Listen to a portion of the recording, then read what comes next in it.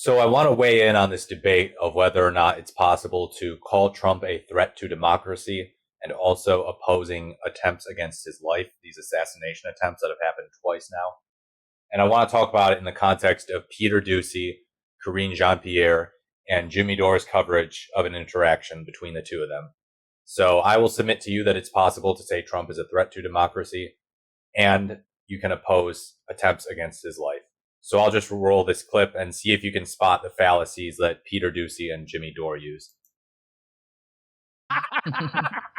So here we go. Here's her. Let's get a running start. Let's get a running start on this. Ready? 2 days since somebody allegedly tried to kill Donald Trump again. And you're here at the podium in the White House briefing room calling him a threat. How many more assassination attempts on Donald Trump until the president and the vice president and you pick a different word to describe Trump other than threat? Peter, if anything from this administration, I actually completely disagree with the premise of your question, the question that you're asking. It is also incredibly dangerous in the way that you're asking it. It's dangerous, incredibly dangerous, Peter, because you're encouraging people to not. Okay, I agree with her on the premise of the question. Do I know that it's dangerous necessarily? Maybe not. I mean, you could argue there are a variety of different ways to interpret it. I don't know if Doocy is suggesting that you can never criticize Trump or else it's inciting violence against him. Or if he's saying threat is just a bridge too far. I don't know where he draws the line personally, but let's hear what Jimmy Dore has to say.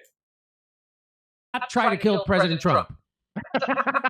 Hey, Peter, you trying to get yourself killed? That's dangerous how you're talking. Trump ran his mouth, and look what happened to him. People tried to kill him. Don't you realize how dangerous what you're saying is to our plans to try to kill Donald Trump? Why do you always think of yourself? Why don't you think of the rest of America, Peter? You're encouraging a non-reactionary element in America. So he's fixating on the fact that she said dangerous, and he's ignoring the premise of the question, because the premise of the question is very questionable. I mean, I know that sounds redundant, but yeah, he's focusing on the fact that she said dangerous. But he didn't address the fact that the question is very flawed, that candidates criticize each other all the time. You could argue that in campaigning, presidential candidates who call each other any sort of names could be facilitating violence if you think that calling Trump a threat is inciting violence against him. Candidates imply that the other is a threat to the economy when they criticize the economic plan. They won't just go out there and say, oh, the economy will do just fine if you elect my opponent. No, they have to build up some sort of excitement to vote for them, and also a sense of fear if their opponent wins. That's totally normal in American politics. To remain static. Here we go. Because American people are watching. And to say that from the administration. This is such a lame attempt for her to try to turn it around on Peter Doocy. This is the lamest attempt to go, could you believe what you're saying? You mean he's pointing out what you're saying?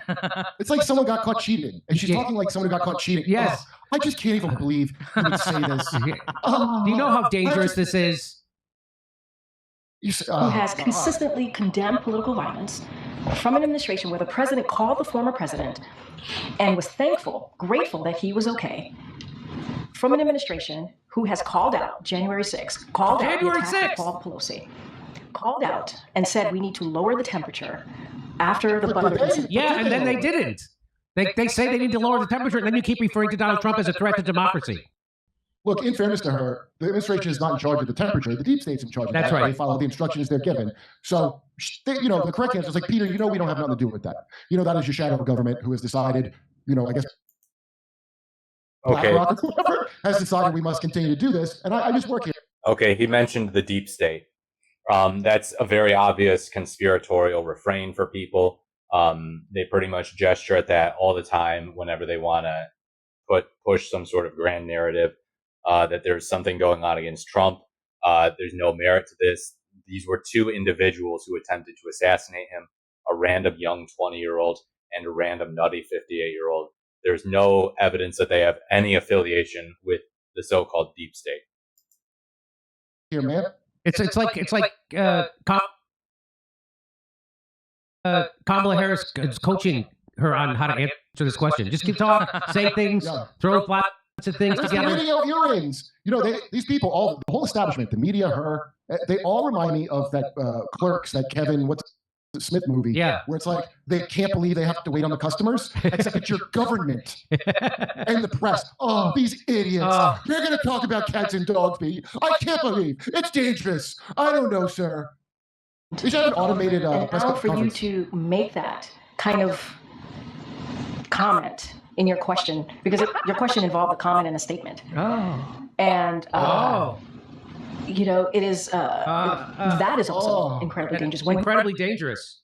Oh, So why am I falling asleep if it's so dangerous? Listening to you try to answer this. I love what Cash Lord says. It's a Okay, we're not going to go into that tweet, but yeah, it did involve a comment and a statement. He was essentially pushing the idea that you can't point out that our guy is a threat to democracy. You can't point out his absurd rhetoric. I mean, the fact that he had the gall to go up there and lie about Haitian migrants to push this lie, and that his vice presidential nominee, he's out there doing this too, admitting that he just lies in order to push his political narrative to supposedly bring attention to the suffering of the American people. It's all nonsense. And look, you know, Jimmy Dore is one of those guys who is essentially making the argument that Trump is the more left-wing candidate. I think that's a cynical argument. I think that he genuinely wants Trump to win. I don't think he believes that Trump is the more left-wing candidate. He never talks about how, oh, if you're right-wing, you should vote for Kamala Harris. You know, he'll point out that Dick Cheney endorsed Harris, but no, Trump is not a progressive. His rhetoric on immigration is a perfect example of that. The mass deportations that he's advocating for are a perfect example of that. And for the Democrats to call him out on brazenly lying, this is a lie that originated within a neo-Nazi group, by the way. For the Democrats to call him out is not exactly a threat on his life, not incitement. You can condemn political violence while also harshly criticizing your opponent when they deserve it, when they lie their butt off, when they build a campaign on utter nonsense and fear-mongering and arguably just racism, xenophobia. So yeah, no, pointing out that Trump is a liar, pointing out that he's a threat to a democracy, is perfectly consistent with also believing that no one should attempt to assassinate him. And yeah, there is a certain danger in trying to essentially stifle criticism of Trump by saying that you're just gonna cause violence against him. So yeah, this is really pathetic stuff from Jimmy Dore. Really, really low to the ground argument. In a sense, I don't blame Peter Doocy for asking that question, because usually journalists are supposed to like play devil's advocate, although I suspect Doocy genuinely believes that. I mean, it's a good thing to subject those in power to tough questions, but I think his question contained a false premise, and I think I've explained why. So yeah, that's my spiel on Jimmy Dore carrying water for Trump on the right, and why calling Trump a threat to democracy is perfectly consistent with not believing in political violence.